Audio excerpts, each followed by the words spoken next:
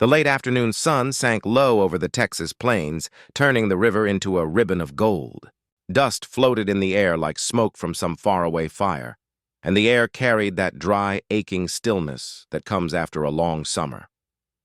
A lone figure walked along the riverbank, a young woman, barefoot, her dress frayed and the hem heavy with mud.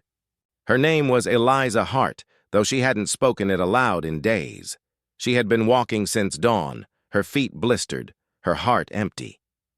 The road behind her led to nothing but pain, a cruel stepfather who sold her mother's house after her death, and neighbors who whispered words like ruined and unwanted. She didn't care where the road led now, only that it was away. As she knelt by the river to drink, her reflection startled her. Her once soft face was hollow, her lips cracked, eyes dulled by exhaustion. "You're still here?" she whispered to the water, half a plea, half disbelief. A sound broke through the silence. Wood splintering, a man's low curse, then the cry of a child. Eliza turned sharply. Downriver, a wagon wheel had broken in the shallows. A tall cowboy crouched beside it, sleeves rolled up, trying to lift the heavy frame. Two children sat nearby, one boy, quiet and serious, maybe 7, and a small girl clutching a rag doll. Eliza hesitated. Strangers meant danger, but the little girl's cry tugged at something deep inside her, something older than fear. She stepped closer. "Need a hand?" Her voice came out hoarse from disuse. The cowboy looked up, startled but not unkind. He had sun-browned skin, eyes the color of cedar wood, and a weariness that mirrored her own. "Don't reckon I'll turn one down," he said. She waded in without thinking, helping him lift the wagon until the wheel righted. He nodded, grateful, and she saw a small smile tug at his mouth. "Thank you, miss. Name's Caleb Rowan. Those two over there are my little ones, Sam and Annie." Eliza gave a faint nod, murmuring only, "Eliza." She didn't offer more, and he didn't ask. There was a quiet decency about him, a man used to loss, who didn't pry where it hurt. Annie, the smaller child, peeked out from behind her doll. "Papa, she's pretty," she whispered. Eliza flushed. Caleb chuckled softly. "That she is," he said, glancing at her kindly. It was a moment of strange, almost painful peace. But it shattered in an instant. Annie slipped on the wet rocks and tumbled into the river. Caleb lunged, but the current pulled her too far, too fast. Without thinking, Eliza dove. The water was cold, biting, the current stronger than it looked. She kicked hard, fighting the drag, her lungs burning. For a heartbeat, she saw nothing but the blur of mud and bubbles. Then her fingers caught a scrap of Annie's dress. She hauled the child close and somehow, through sheer will, reached the shallows where Caleb's arms pulled them both in. Annie coughed up water and clung to Eliza, sobbing. Caleb knelt beside them, his hands trembling as he brushed Annie's hair from her face. "You saved her," he said quietly, his voice thick with emotion. Eliza shook her head, shivering. "I just reacted." Caleb looked at her then, not with pity, but something gentler, something she hadn't seen in a long time. "Then I owe you more than I can say." He insisted she come with them to his ranch to dry off and rest. She wanted to refuse, to keep walking, keep running, but when Annie reached for her hand with those small, trusting fingers, Eliza couldn't pull away. As they walked toward the fading sun, Caleb leading the horse and wagon, Eliza felt something she hadn't dared to feel in months, the quiet pull of belonging, as if fate itself had turned her feet toward this river, this moment, this man and his children. She didn't know it yet, but that river had washed away more than her fear. It had carried her toward the beginning of a new life. The road to the Rowan homestead wound through dry grass and scattered mesquite trees, the land stretching wide and lonely beneath a rose-colored sky. Eliza walked beside Caleb's wagon, her skirt still damp from the river, the little girl Annie nestled close against her arm. Every step made her more uncertain. She had accepted the man's offer to rest, but the thought of entering another stranger's home made her heart tighten with old dread. Caleb's ranch came into view as the sun dipped low. The house was modest, built from weathered boards and hard labor. A split-rail fence leaned tiredly, and the fields beyond lay rough and unplowed. A windmill turned slowly, creaking like an old sigh. Still, there was something peaceful about the place, something that spoke of endurance. Caleb helped her down from the wagon. "Ain't much, but it's home," he said. His voice carried a quiet pride that softened her nerves. Inside, the house smelled faintly of wood smoke and bread gone stale. Dust caught the last light filtering through the windows. The table was set for 3, but only 2 plates were used often. Eliza noticed a woman's shawl folded neatly on a chair, untouched by time. "She was sick for a long while," Caleb said suddenly, catching her glance. "My wife passed last winter." Eliza froze, unsure what to say. "I'm sorry," she murmured. He nodded once, as if he'd grown used to the words. "I do what I can for the young'uns, but it's been a rough go." Eliza helped Annie out of her wet dress, wrapping her in a quilt that smelled faintly of lavender. The little girl clung to her like a kitten. "You smell like river and flowers," Annie whispered sleepily. Eliza smiled, a strange warmth blooming in her chest. She couldn't remember the last time a child had spoken to her without cruelty. That night, Caleb cooked a simple meal of beans and cornbread. "Sam, the quiet boy," said Grace in a small voice. Eliza bowed her head, though her lips didn't move. She had prayed once, years ago. But after all that had happened, faith had turned to silence. After supper, Caleb carried the children to their beds and offered Eliza the rocking chair near the fire. "You can rest here tonight," he said. "You'll be safe, safe." The word almost broke her. She stared into the flames, her fingers trembling around the mug of tea he'd given her. No man had ever offered her safety without wanting something in return. "Thank you," she whispered, barely able to meet his eyes. Caleb only nodded. "No need to thank me.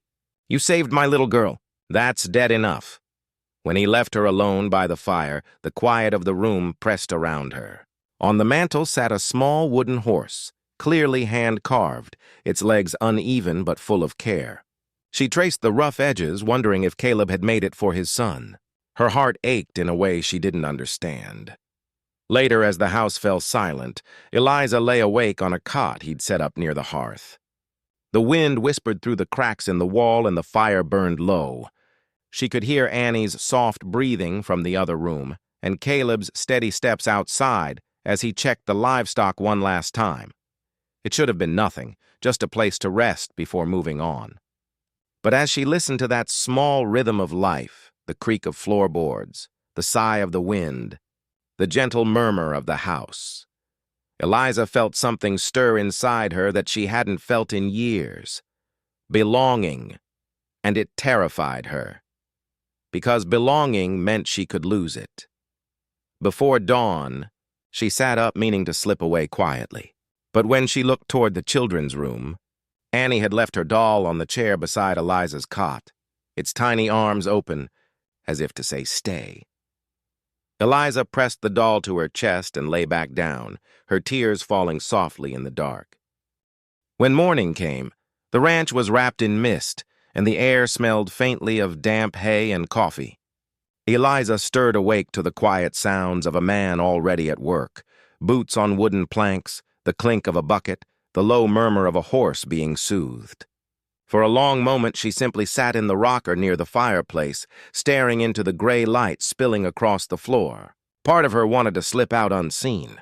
The other part, the one that remembered the warmth of Annie's little arms and Caleb's gentle voice, wanted to stay, if only a day longer.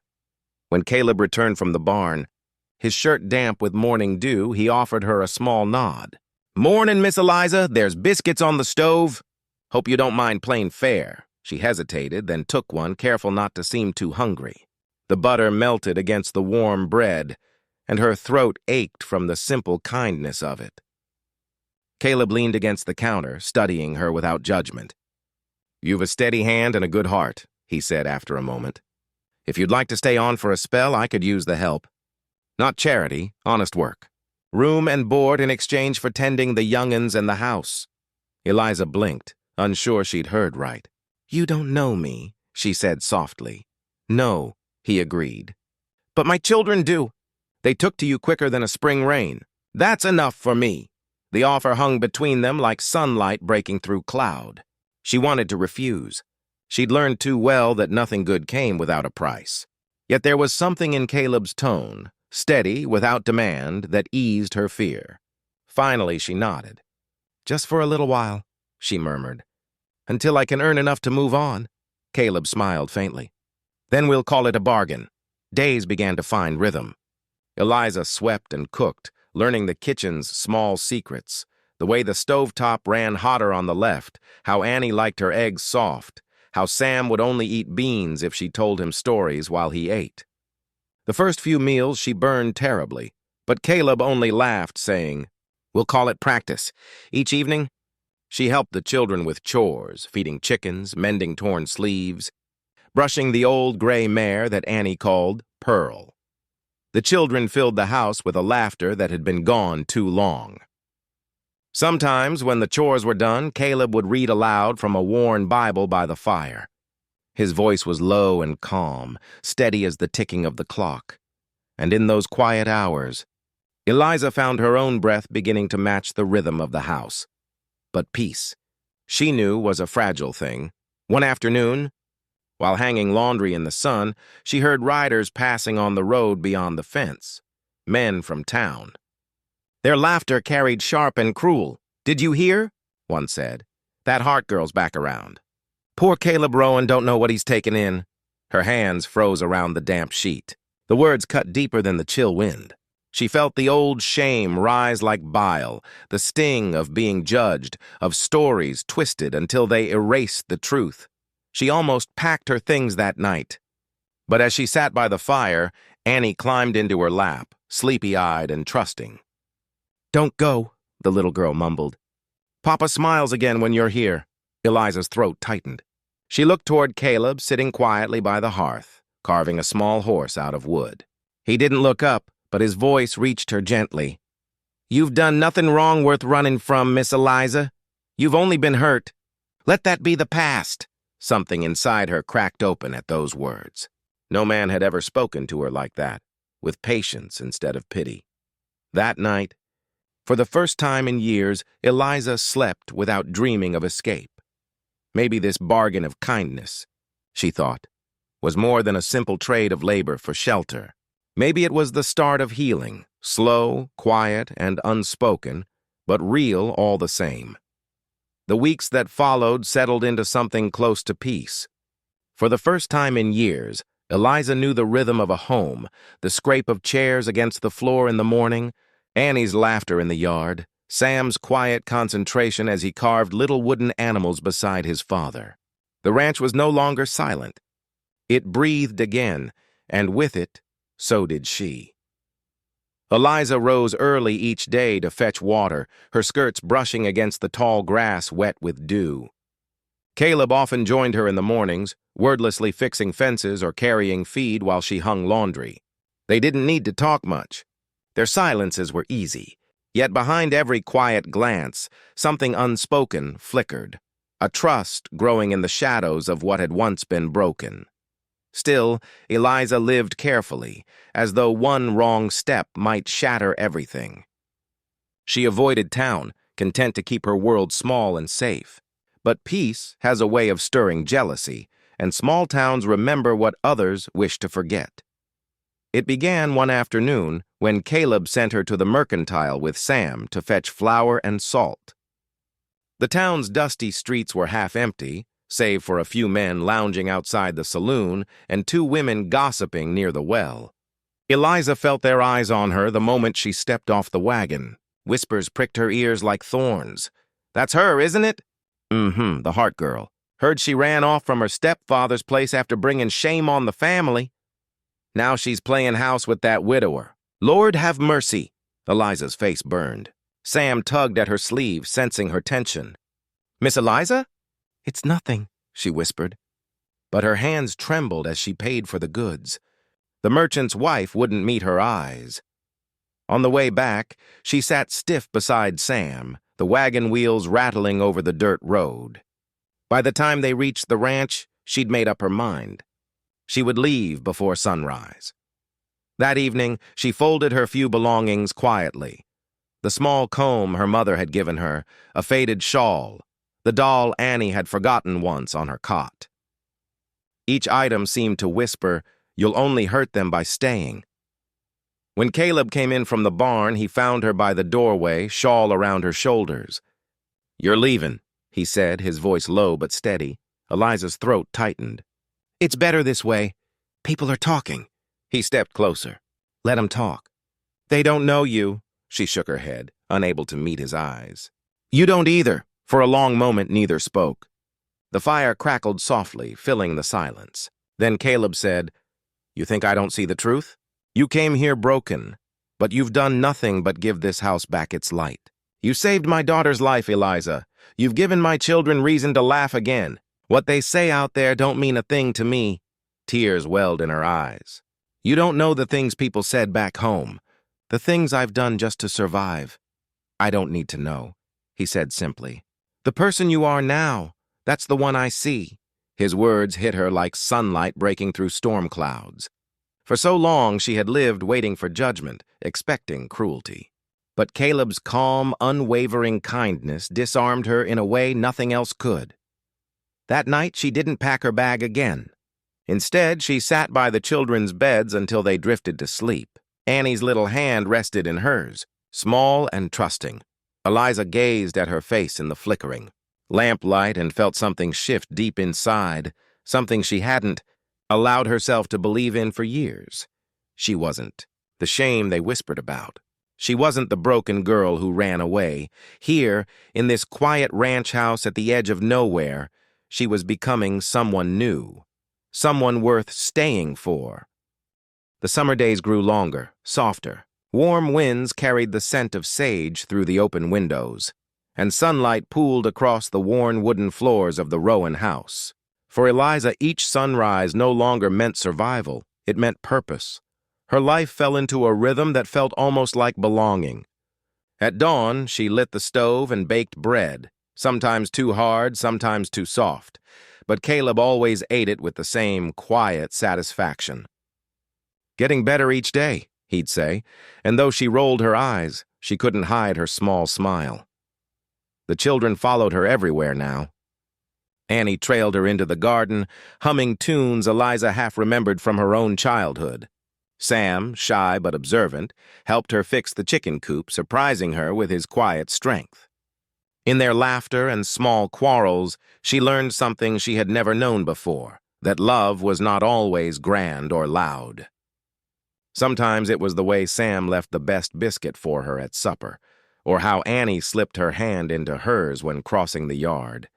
Caleb, too, changed in small ways. The grief that once clouded his eyes began to lift. He spoke more freely, even laughed now and then, a low, rare sound that made something warm unfold in Eliza's chest. Yet despite the easy companionship that grew between them, there was a careful distance neither dared to cross. One evening they were mending a broken fence together. The sun hung low, burning orange against the horizon. Caleb handed her a length of wire, his fingers brushing hers for just a second. The touch startled her, gentle, accidental, but it lingered. She looked up and met his gaze. For the briefest moment, the world felt still. Then she turned away, her heart thudding hard in her chest. That night, she sat outside on the porch long after the children had gone to bed, the cool wind whispering through the grass. Caleb came out leaning on the post beside her. "You did good today," he said quietly. "That fence won't give us trouble for a while." She smiled faintly. "You could have done it faster without me," he shrugged. "Maybe, but I like having you there."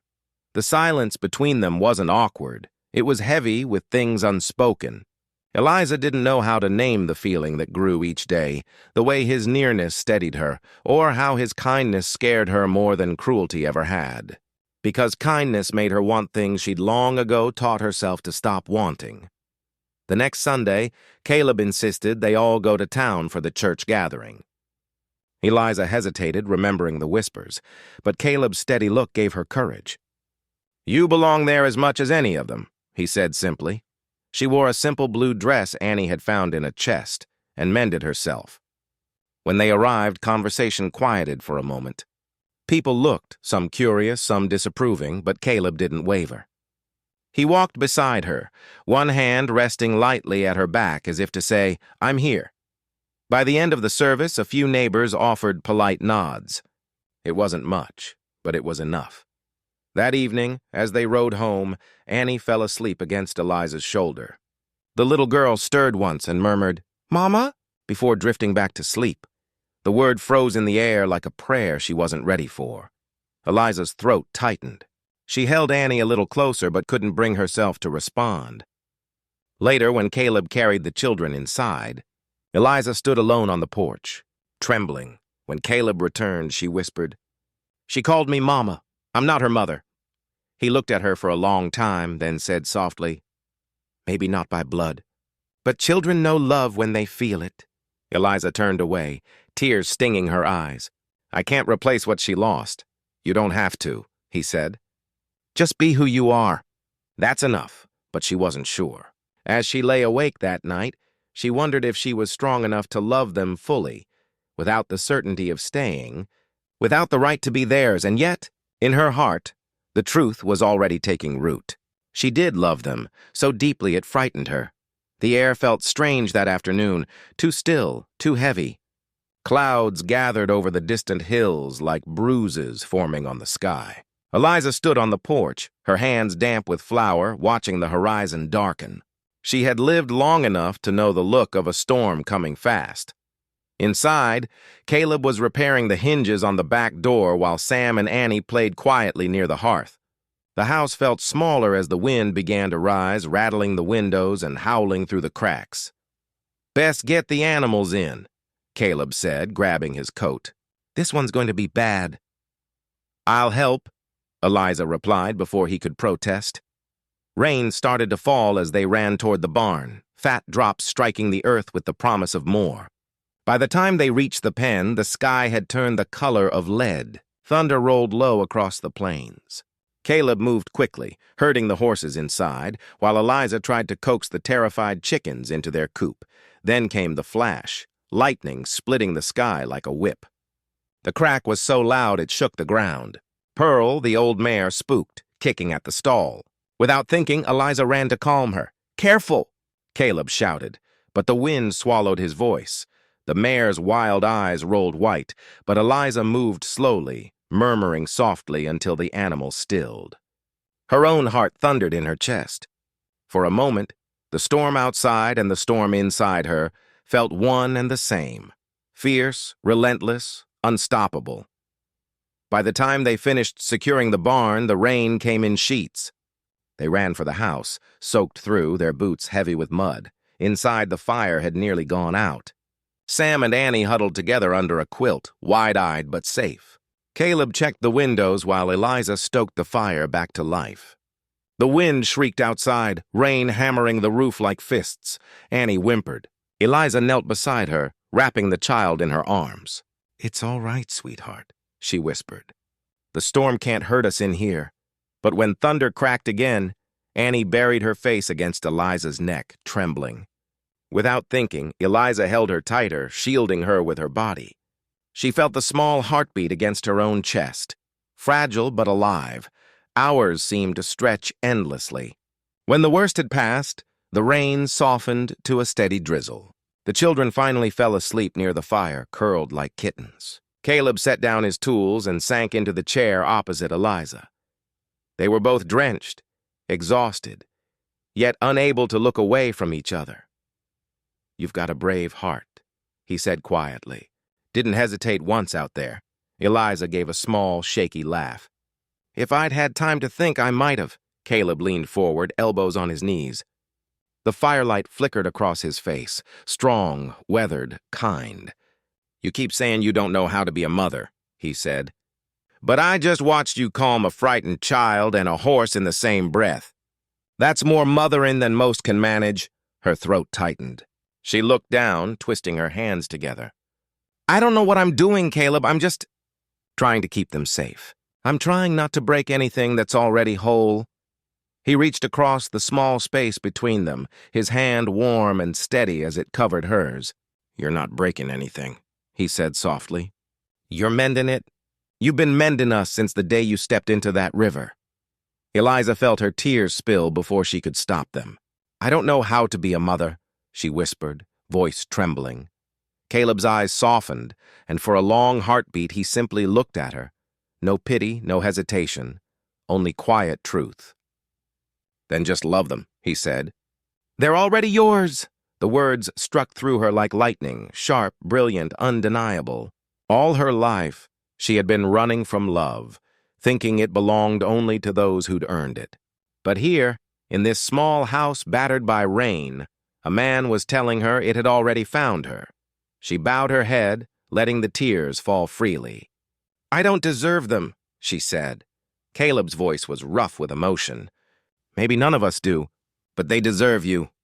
Outside, the storm faded to a whisper. The world smelled of wet earth and renewal. Eliza looked toward the sleeping children, her heart full and aching. Something in her shifted then. Not suddenly, but surely. The fear that had ruled her for so long began to loosen its hold. She realized that love wasn't something she had to know how to do. It was something she was already doing, every time she held a child close, every time she stayed instead of running. And that night, as the storm passed, Eliza stopped being a stranger in that house. She became part of it. The storm passed, but its memory lingered in the scent of wet earth and the silence that followed. The land looked washed clean, bright and new beneath the morning sun. Inside the Rowan house, life returned to its gentle rhythm. The children's laughter, the clatter of dishes, Caleb's boots on the porch. But for Eliza, something inside had shifted. Caleb's words, "Then just love them, they're already yours," echoed in her mind like a hymn. They had both pretended nothing had changed, but every glance now carried a quiet understanding, every shared smile a promise neither dared to name aloud. One morning, a rider came from town carrying the mail. He tipped his hat to Eliza and handed her a small, cream-colored envelope. It was addressed in careful handwriting, Miss Eliza Hart, care of Mr. Caleb Rowan, Rowan Homestead, Red Creek, Texas. Her hands trembled as she turned it over. No one wrote to her. No one even knew where she was, except the past. She stepped outside into the pale sunlight and broke the seal. The letter was from her mother's sister, Aunt Margaret, whom she hadn't seen in years. The words were polite but distant, as if written more from obligation than affection. "My dear Eliza, word reached me through the church that you may be in Texas. I wish you to know that there is a position open for a governess in our town. It would be respectable work under a good household. You could live here with me until you find your feet. It would give you a fresh start, away from gossip and unkind memories. If you wish to come, write soon. A place like that won't stay open long. Yours truly, Margaret Hart." Eliza read it twice. A fresh start, respectability, a life where no one whispered her name with scorn. It was everything she'd once prayed for. That evening, after the children had gone to bed, she found Caleb sitting at the table, oiling his tools. The lamplight threw soft gold across his face. She hesitated, then laid the letter before him. He read it slowly, then looked up. "She's offering you a way out," he said quietly. Eliza nodded. "A proper life. One where people might not judge me."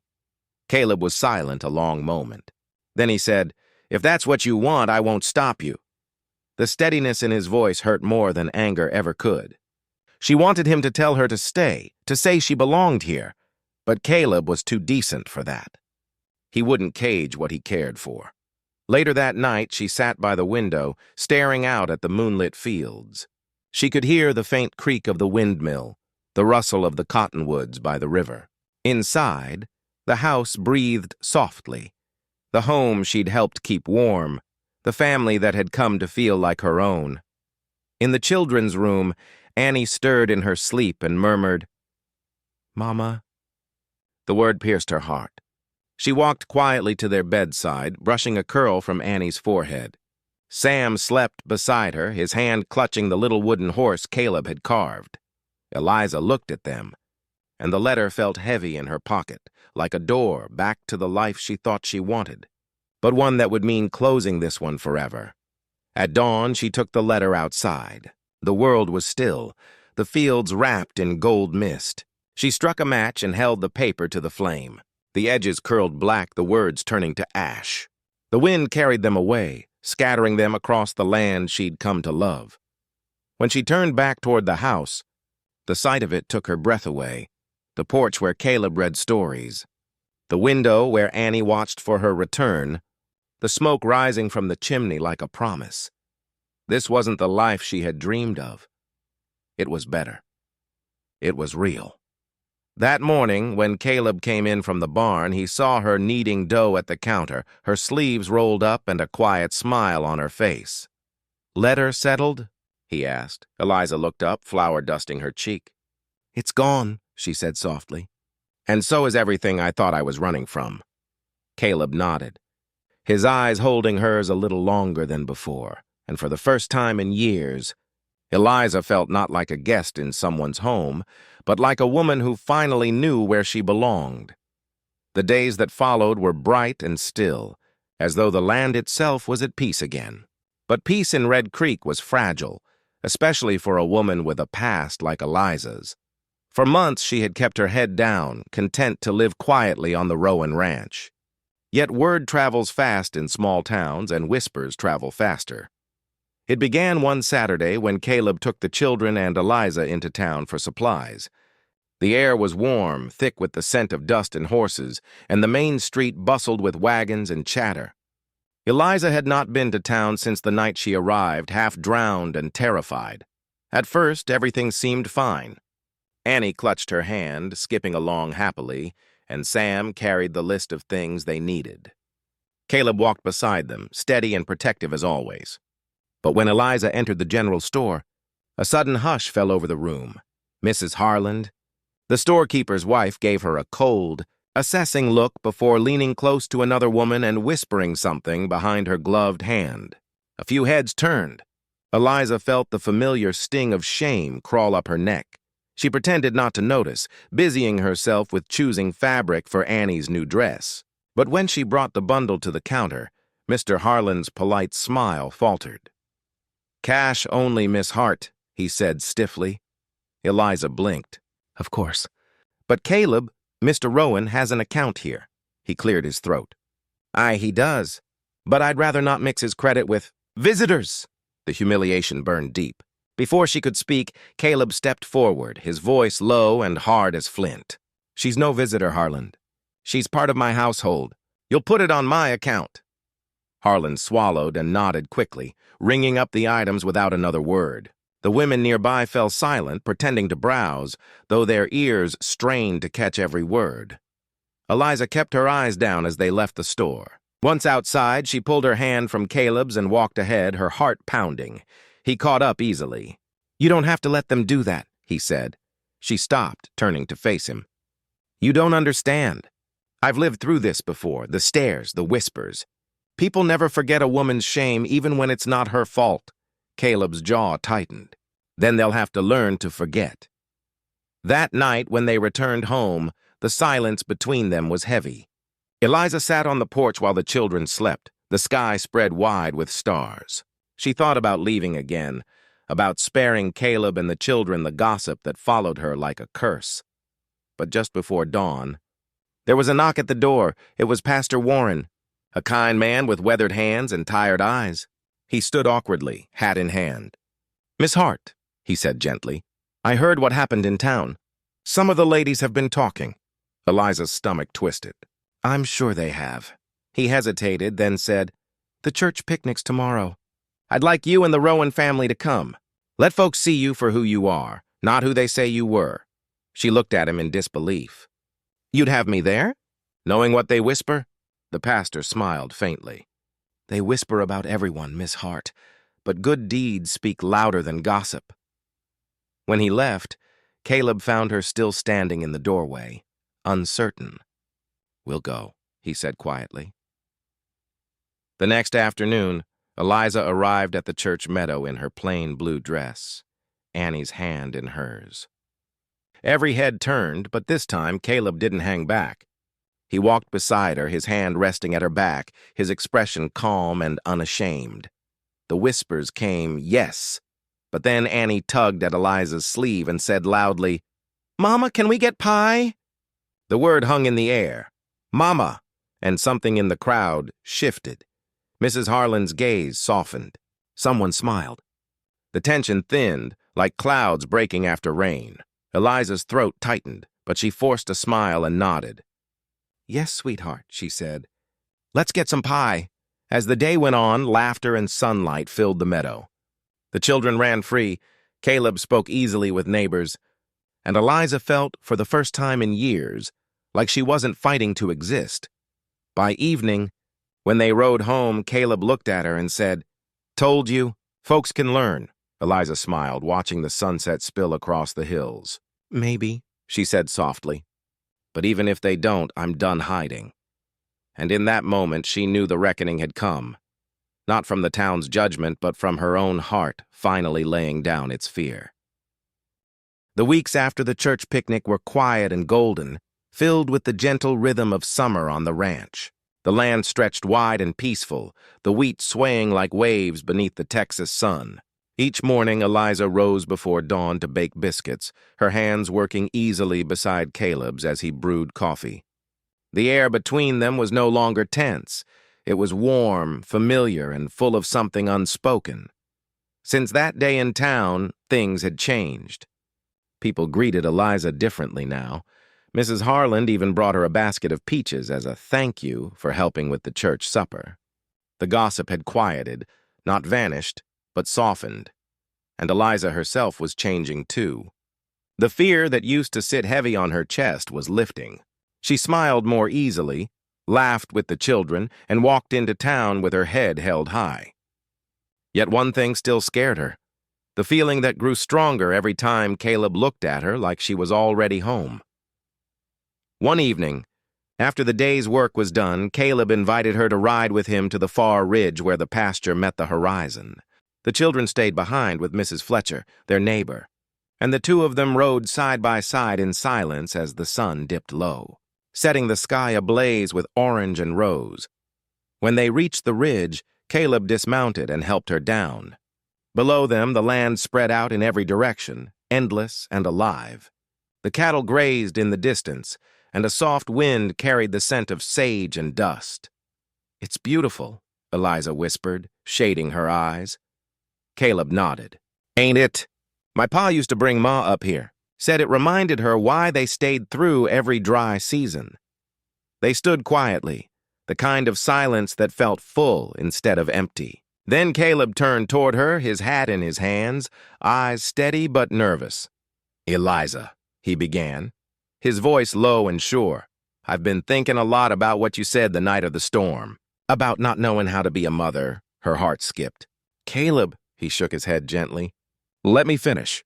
You've been a mother to them since the day you stepped into this house. Annie don't cry in her sleep anymore, and Sam talks about you like you've been here all his life. You've healed something in them I couldn't." Eliza looked away, her eyes burning. "You don't know what you're saying. You've been kind, but I'm not talking about kindness." He stepped closer, his voice trembling just slightly. "Eliza, I've seen a lot of hard things in my life. Lost my wife, nearly lost the ranch. But what I never expected was to find peace again, and you brought that here." She stared at him, breath caught in her throat. The sunset painted his face in gold and shadow, the wind tugging at his shirt. "I'm not asking for gratitude," he said. "I'm asking for a life with you. Not as my housekeeper, not as the woman who helps me with the children. As my wife." Eliza froze. The words hung in the air, soft and impossible. She took a step back, shaking her head. "Caleb, you don't know what you're offering. You deserve someone whole, someone—" He reached out, touching her hand. "I don't want someone else. I want you. I don't care about what came before. The past don't scare me, Eliza, but losing you does."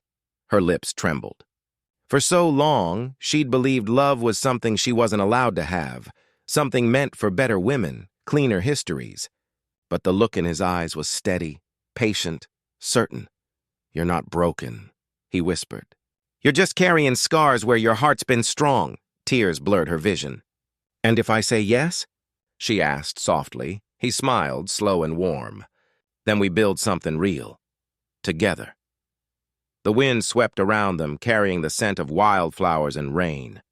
Eliza closed her eyes, feeling the weight of every fear she'd ever carried. And then, for the first time, she let it go. When she opened them again, she nodded, tears glinting like sunlight. "Yes," she whispered. "Yes, Caleb." He exhaled, relief and joy breaking across his face like dawn. He pulled her gently into his arms, holding her against the vast, golden silence of the land. Below them, the world seemed to breathe again. The cattle lowed, the grass swayed, and the last light of day wrapped around them both. For the first time in her life, Eliza wasn't running from anything. She was walking towards something, a home, a family, a love that asked for nothing but truth. And as the stars began to bloom above the prairie, Caleb whispered against her hair, "Told you, Eliza." You already knew how to love them. You just had to love yourself, too.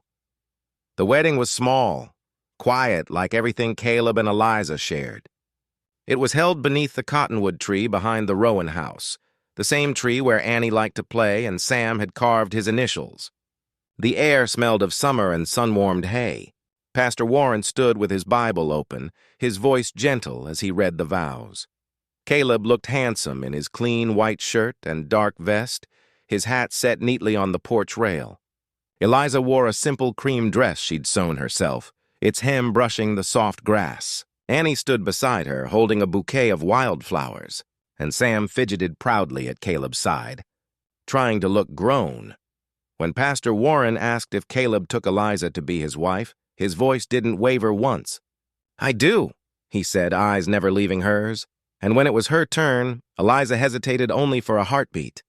She could still feel the ghosts of her past hovering at the edges, the fear, the shame, but they were fading now, like morning fog.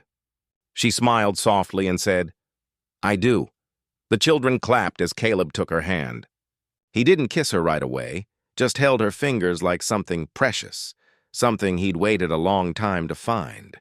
And when he finally did kiss her, it was gentle and certain, like a promise sealed by the land itself. Afterward, the neighbors gathered for a simple supper: bread, roasted chicken, and peach cobbler made from Mrs. Harlan's fruit.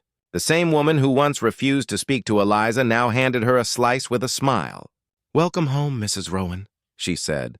Eliza blinked back tears. Mrs. Rowan. The words felt heavy and beautiful in her chest. That night, when everyone had gone and the house had fallen quiet, Eliza stood on the porch, looking out across the moonlit fields. The land shimmered with silver light, stretching far beyond what her eyes could hold. The breeze carried the scent of the river and the soft chorus of crickets. Caleb came up behind her, wrapping his arms around her waist. "You're quiet," he murmured. She leaned back against him, smiling faintly. "Just thinking." "About what?" "About how I never thought I'd end up here. A year ago, I didn't even know where I belonged." He rested his chin on her shoulder. "You were always meant to be here. Just had to find your way home." Home. The word had always been a wound to her, something she'd lost, something she'd thought she didn't deserve. But now it wasn't a place of walls and doors. It was this: Caleb's arms, the laughter of the children inside, the smell of bread baking in the kitchen she loved. In the days that followed, life settled into a new rhythm.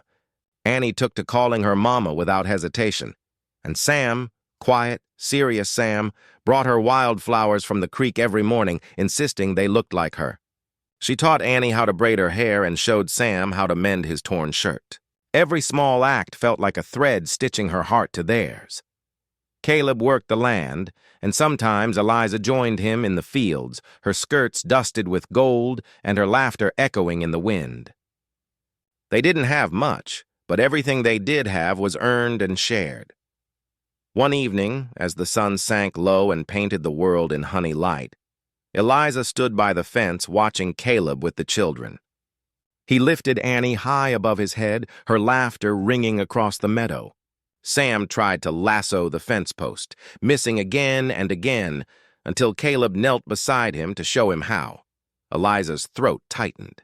For so long she had believed she was too broken to build anything lasting.